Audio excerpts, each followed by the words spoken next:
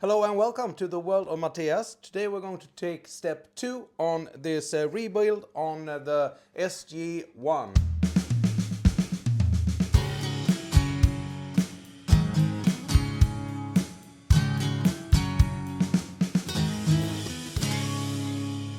So I've stripped the paint on the back of the neck, and as you can see here it looks, you can see there's some plaster here. And also I found 2 screws in the neck, so it will be exciting to see what this guitar holds for secrets. But with that said, beautiful mahogany with a very nice red grain filler here.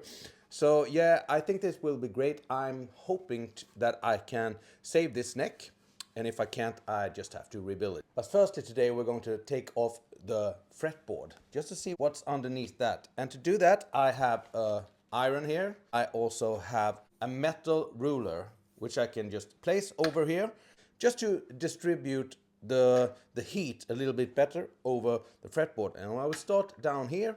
I will also use different kinds of spatulas just to get this going, and this one just to hold the fretboard up. And I hope that I can get this fretboard off in one piece, not crack it, but I don't know what's the status of it here between the 13th and the 14th fret. We will just wait and see. But hopefully I can save most of the parts of this neck.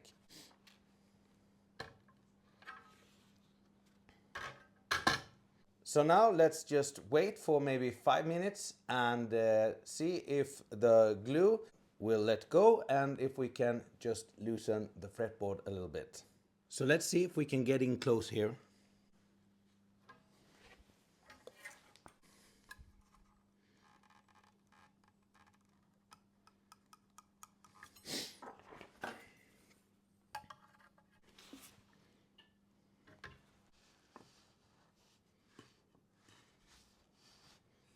Now let's just move in here with the spatula and see if we can loosen the fretboard. The key here is not to go too fast or you risk damaging the fretboard.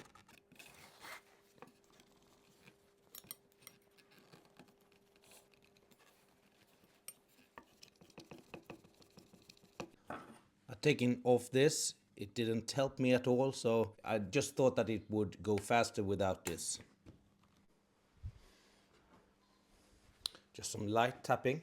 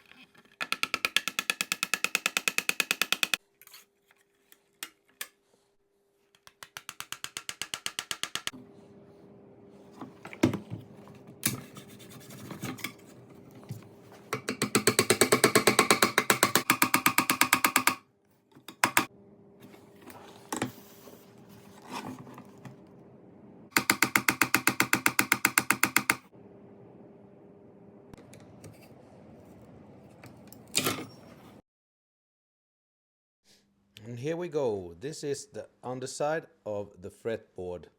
And as you can see, we have quite a big break here. And we have a big break here. And also the neck, it wanted to crack a little bit here. Nothing that we can't fix with a little glue. But yeah, the neck is clearly off. You can see it. You can see it on the back side of the neck, but you can also see it here. Under the neck board. Yeah, so this is mahogany. This is the maple strip that covers the truss rod.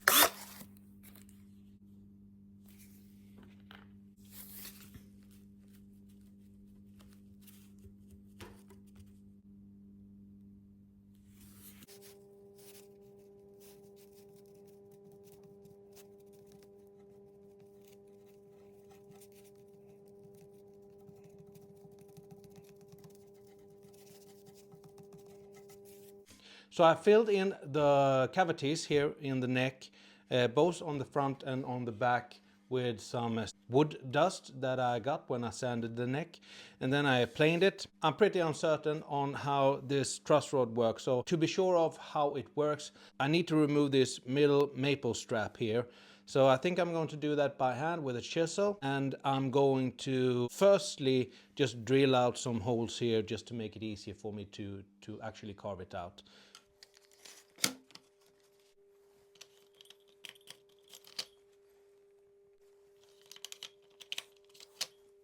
So it's 6 millimeters, so I'm going for a 5. And this is just to make things easier.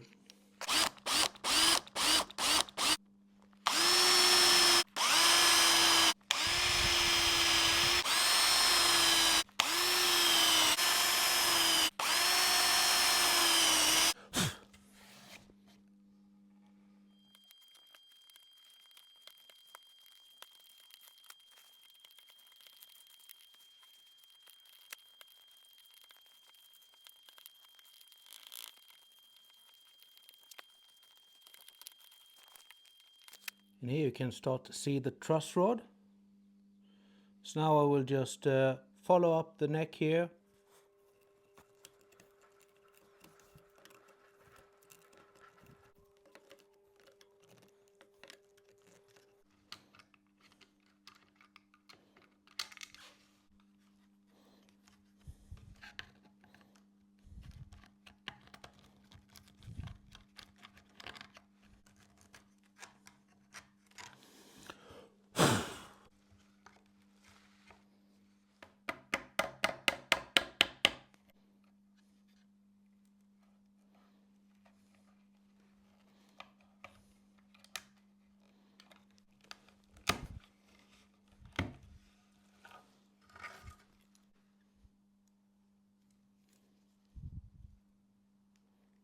Well, it's not broken, so maybe the problem has been that it has been stuck here in glue inside here when they have glued back the neck, because if you see here, you can see that there quite a lot of glue here. I think I am going to just clean that, and then I can test out the truss rod again and see if it works. And maybe we can actually save this one. But now to put in the new maple wood here, or oak as I'm going to be using, I need to remove this veneer here on the top. So I thought I show you how I do that.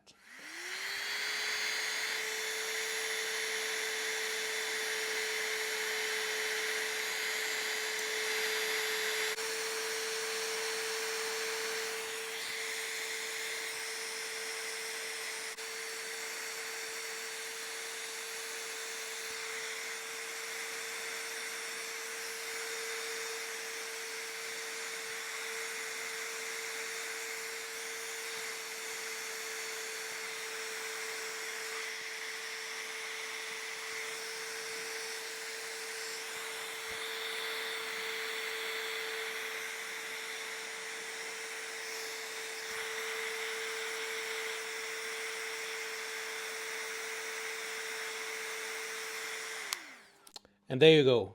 I was a little bit too aggressive with the heat, so yeah, you can see it has bubbled here, but that's okay by me because, yeah, I don't know if I'm going to be using this. I'm going to put on another veneer.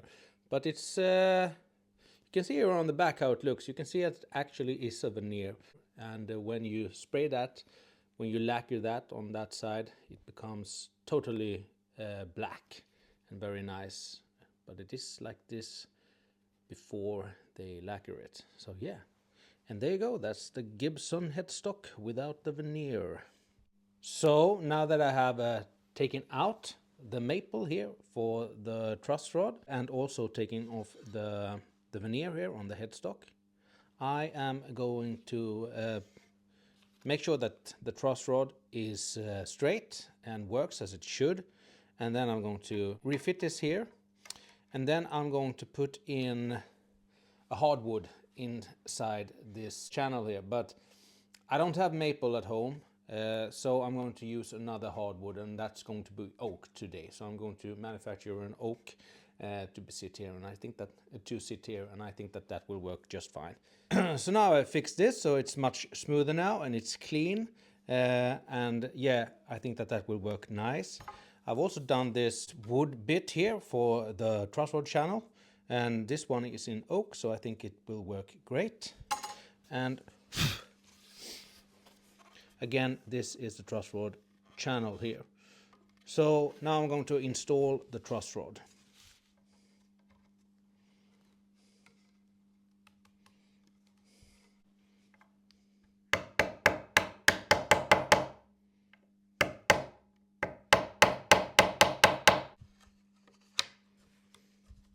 And then I'm just going to put in some tape here. I've decided to put over the truss rod, and then I'm going to attach this with glue.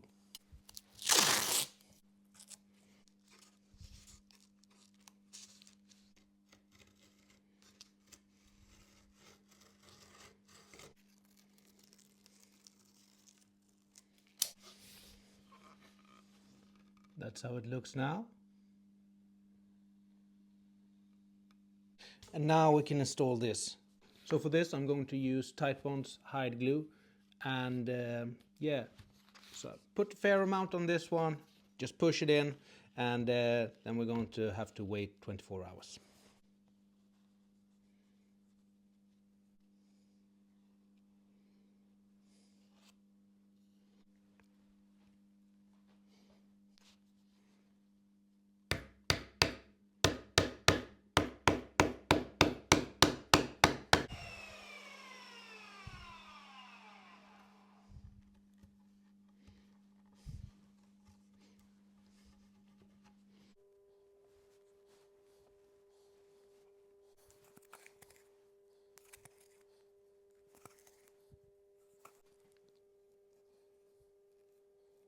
So this is how it turned out now.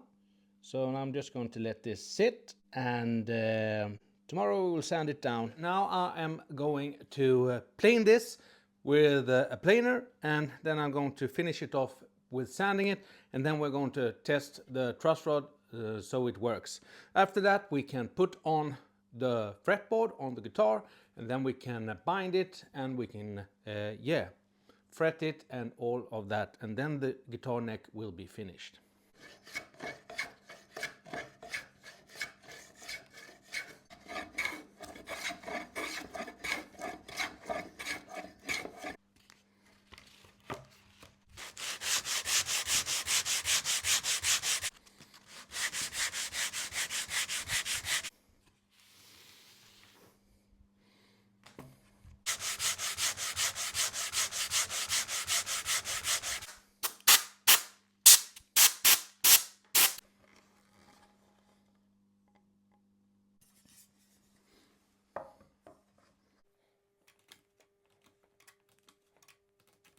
So when I glue this fretboard on, I want to have a little back bow on the neck, because this is just a one-way truss rod.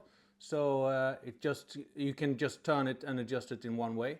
So I need to have a little back bow when I glue the fretboard onto the neck, and that way I can adjust it in both directions. So that's what I'm measuring here.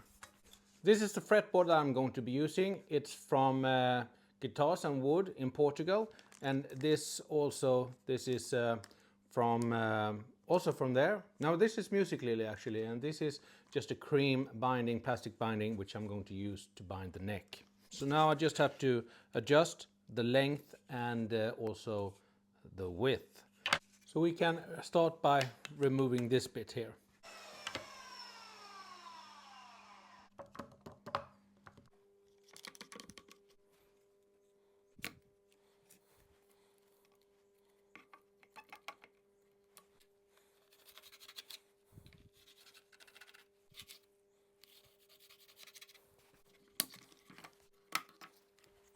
And I draw on the back side where I need to saw it.